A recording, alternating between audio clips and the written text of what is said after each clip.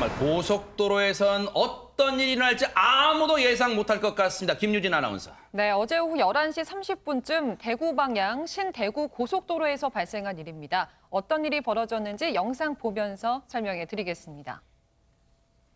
네, 고속도로 끝에서 검은색 승합차가 다가오는 모습 보이시죠? 번쩍번쩍하네요. 어우, 네. 그런데 이 차량이 지금 주변 다른 차량들과 정반대로 달리고 있습니다. 바로 고속도로 한복판에서 역주행 중이었던 건데요. 이 역주행 승합차, 다른 차들과 수십여 차례 충돌할 뻔한 아찔한 장면도 CCTV를 통해 포착됐습니다. 네. 하재근, 아이고, 지금 저 터널 터널 역주행하는 거예요, 지금. 하재근 평론가님.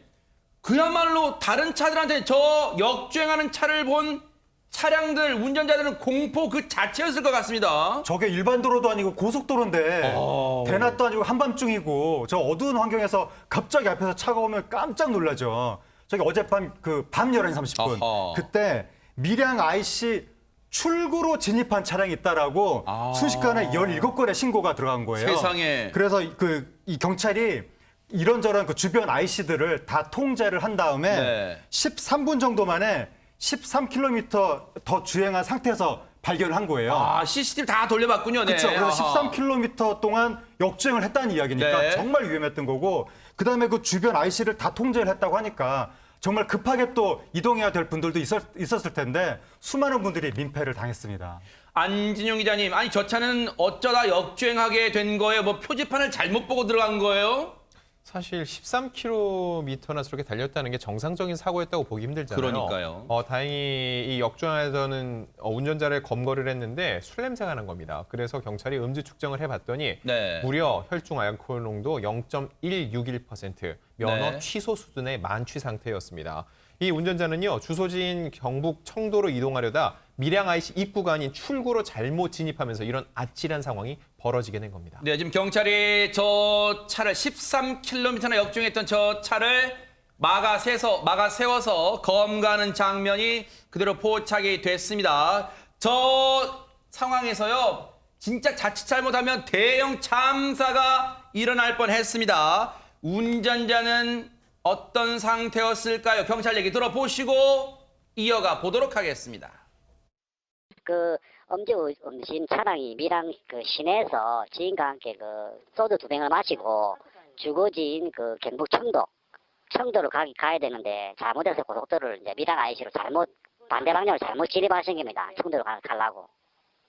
이분 음주 운전자는 본인이 역주행은 갔다고 생각하는 게 아니고 상대방 차량들이 역주행을 하고 간 거라고 이렇게 생각했다고 제가 들었거든요. 다행히 그때 시간이 점심 시간이라서 교통량 많이는 없어서 그래도 큰 사고를 다행히 안 났습니다. 그런데 최진봉 교수님, 13km나 역주행하던 차량을 경찰들이 출동을 했습니다만 멈춰 세우기가 쉽지만 않았을 것 같습니다. 쉽지 않죠. 고속도로고 속도가 어느 정도 있는 거잖아요. 다른 차량도 주행을 하고 있는 상황이기 때문에 쉽지 않았고요. 그리고 이제 음주한 상태니까 지금 저는 이해가 안 되는 게 다른 차량이 역주행했다고 생각을 했다잖아요. 아니, 그 생각을 해보세요.